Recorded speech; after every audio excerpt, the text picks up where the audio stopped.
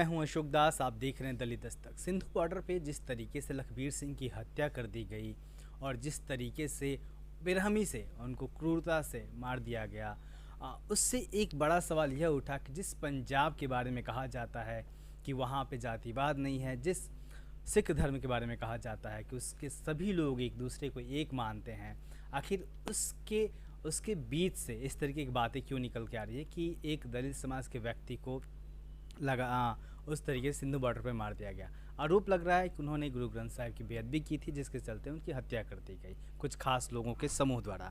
लेकिन वहीं पे उनका परिवार लगातार यह सवाल उठा रहा है कि अगर उन्होंने बेअदबी की है तो जब उनको मारे जाने तक का वीडियो है, तो आखिर जो बेअदबी हुई और जब उनके पास से जैसा कहा जा रहा है कि बरामद हुआ गुरु ग्रंथ साहिब, आखिर उसका वीडियो क्यों नहीं है?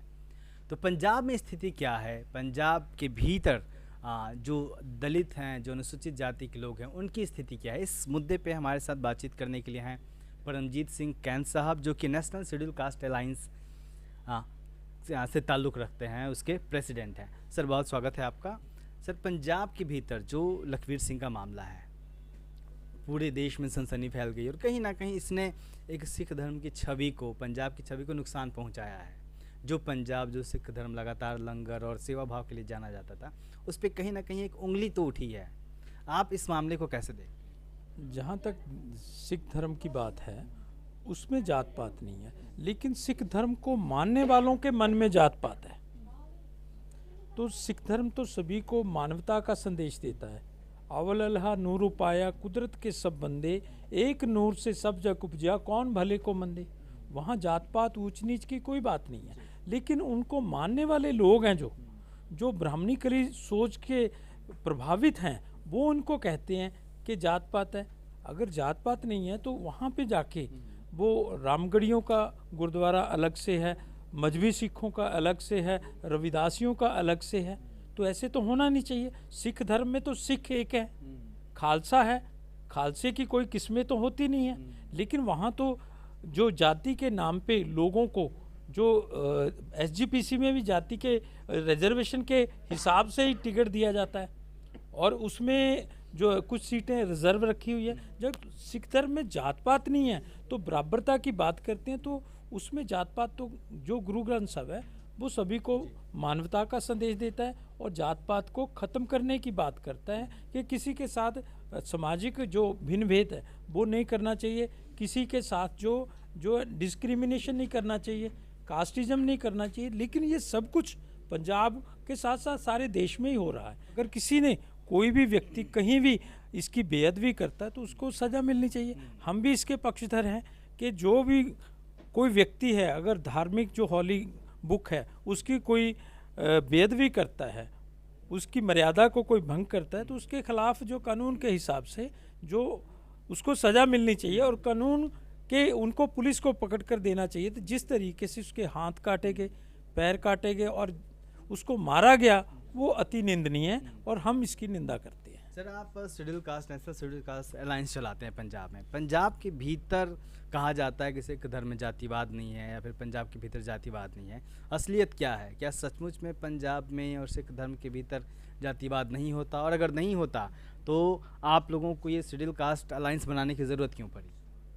देखो, जहाँ तक सिख धर्म की बात है, सिख धर्म में जो गुरु ग्रंथ साहिब है उसमें सभी को बराबरता दी गई है, उसमें गैर बराबरी की कोई जगह नहीं है, वहाँ ऊंच नीच कोई नहीं है, वहाँ छुआछात कोई नहीं है। लेकिन उसको मानने वाले जो लोग हैं वो ब्राह्मणिकली सिस्टम से प्रभावित होकर इन शेड्यूल कास्ट के लोगों के साथ जो अन्याय अत्याचार करते हैं, बलात्कार करते हैं, उनके साथ जो बर्बरता से कत्ल करते हैं, जो ये सिख धर्म तो सिखाता नहीं है।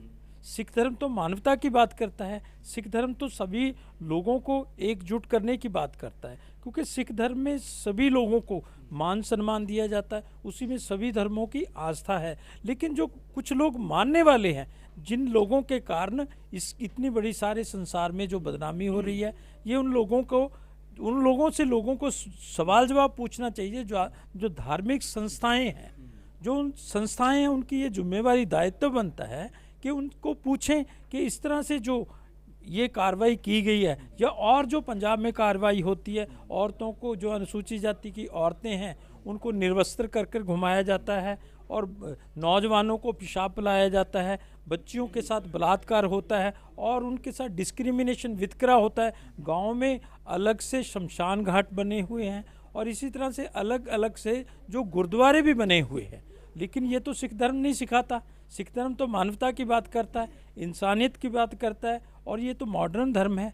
और इसमें जो कुछ लोगों ने ऐसी कुरीतियाँ पैदा की गई हैं, उस कुरीतियों को ख़त्म करना चाहिए। ये दायित्व जो बनता है, जो सिख धर्म के प्रचारक हैं उनका ये जिम्मेवारी बनती है कि जो जात पात में ऐसी कुरीतियाँ फैल रही हैं और जात पात का पता लग रहा है कि ये शेड्यूल कास्टों का गुरुद्वारा है, ये नॉन शेड्यूल कास्टों का गुरुद्वारा है, ऐसा नहीं होना चाहिए। ऐसे ही शमशान घाट शेड्यूल कास्टों के हैं और नॉन शेड्यूल कास्टों के, ऐसा नहीं होना चाहिए। ये सिख धर्म नहीं सिखाता, लेकिन सिख धर्म को मानने वाले लोग हैं, उन लोगों ने ऐसा ये करके सिख धर्म की जो आस्था है उसको लोगों को ठेस पहुंचा रही है। कौन लोग हैं? कोई खास समूह है, कोई खास जाति वर्ग है? क्योंकि देखिए कहीं ना कहीं लोग अपने आप को आइडेंटिफाई कर लेते हैं कि मैं जट सिख हूँ, मैं रविदासिया सिख हूँ। इस तरीके की बातें जब होने लगती है तो कोई ना कोई खुद को छोटा और बड़ा समझता है, तभी इस तरीके की बातें आती है। तो वो कौन लोग हैं जो इस तरीके की घटनाएं करते हैं?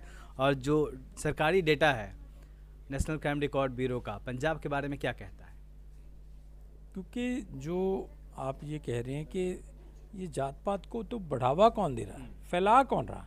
क्योंकि पंजाब जो एक सिख स्टेट माना जाता है कि यहाँ सिखों की जो पॉपुलेशन है वो सबसे ज़्यादा है, लेकिन उसमें से शेड्यूल कास्टों की भी पॉपुलेशन सबसे ज़्यादा है।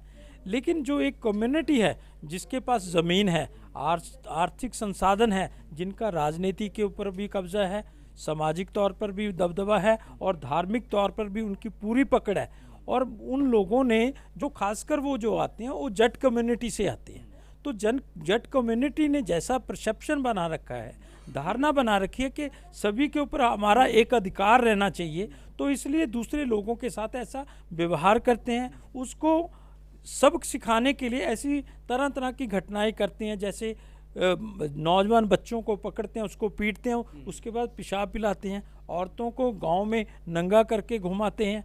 ये जो अनमनुखी व्यवहार है, जो गैर मनुखी व्यवहार है, ये जाति के आधार पे होता है और जाति के आधार पे ऐसा नहीं होना चाहिए।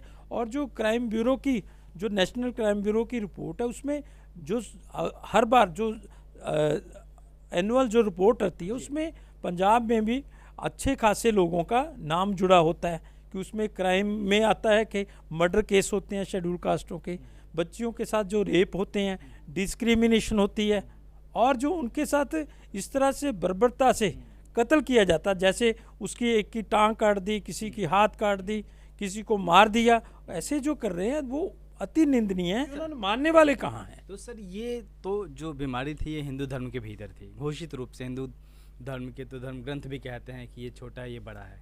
ये क्या वहाँ से फिर सिख धर्म में चली गई, उसके मानने वाले लोगों में चली गई?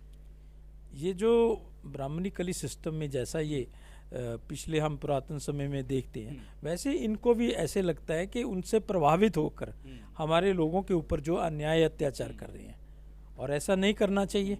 क्योंकि जब बराबरता की बात होती है, इक्वालिटी की बात हो रही है, सोशल जस्टिस की बात होती है, तो उनको सभी को समान अधिकार मिला हुआ है, और संविधान में भी मिला हुआ है, समाज में भी मिला। लेकिन इस देश में एक त्रासदी है कि हमें राजनीतिक तौर पर तो बराबरता मिल गई है, लेकिन सामाजिक तौर पर अभी तक बराबरता नहीं मिली, आर्थिक तौर पर हमें कोई बराबरता नहीं मिली, ना ही धार्मिक तौर पर बराबरता मिली है। क्योंकि सिंघू बॉर्डर में जैसे ये घटना वापरी, तो उसके जैसा ये व्यवहार किया गया, वो तालिबानी स्टाइल से, ये सिख धर्म तो सबको गले लगाने की बात करता है, मानवता की बात करता है, जुल्म और जालिम के खिलाफ खड़ा होने की बात करता है। जैसे ये हुआ, ये होना नहीं चाहिए था। इससे सिख धर्म जो है वो बदनाम हुआ। जिन लोगों ने बदनाम किया, हम सभी लोगों को रलकर उसका विरोध करना चाहिए। सर, जो बेअदबी का आरोप लगा है लखबीर सिंह पे, तो तब से काफ़ी वक्त बीत चुका है। हाँ, कई बातें आ रही हैं, परिवार भी सवाल उठा रहा है कि बेअदबी का वीडियो कहाँ है, जब हर चीज़ का वीडियो है, हमारे जाने का है। तो क्या अंदर खाने सच्चाई क्या है, आप इसको कैसे देखते हैं? क्या सचमुच में बेअदबी हुई थी या फिर कोई और वजह रही और उसको ढकने के लिए बेअदबी का आरोप लग रहा है? पहले तो जो पंजाब में बेअदबी की घटनाएं बहुत हैं, नेशनल शेड्यूल कास्ट अलायंस है जो उसकी निंदा करता है। और जहाँ तक ये सिंघू बॉर्डर पे जो ये घटना घटी है, जिससे इतनी बड़ी मीडिया में आई। अभी जो पुलिस इन्वेस्टिगेशन करे, सब जुडिशियल मैटर है, तो उसके ऊपर जो उसका निर्णय होगा उसके बाद ही कुछ बात कर पाएंगे। लेकिन पंजाब में ऐसी बहुत सारी घटनाएं हुई हैं, लेकिन उनके साथ किसी के साथ ऐसा बर्बरता से व्यवहार तो नहीं किया गया, उनको किसी को कत्ल तो नहीं किया, उनके हाथ पांव तो काटे नहीं गए। लेकिन ये शेड्यूल कास्ट के साथ ऐसा जो किया गया वो अति निंदनीय है। ठीक है, तो ये थे कैन साहब जो जिन्होंने तमाम मुद्दों पे बात रखी और पंजाब के भीतर किस तरीके से वहाँ का समाज काम कर रहा है, व्यवहार कर रहा है, उसके बारे में बताया। आप देखते रहिए दलित दस्तक। कैमरामैन वीरेंद्र के साथ मैं अशोक दास, दलित दस्तक।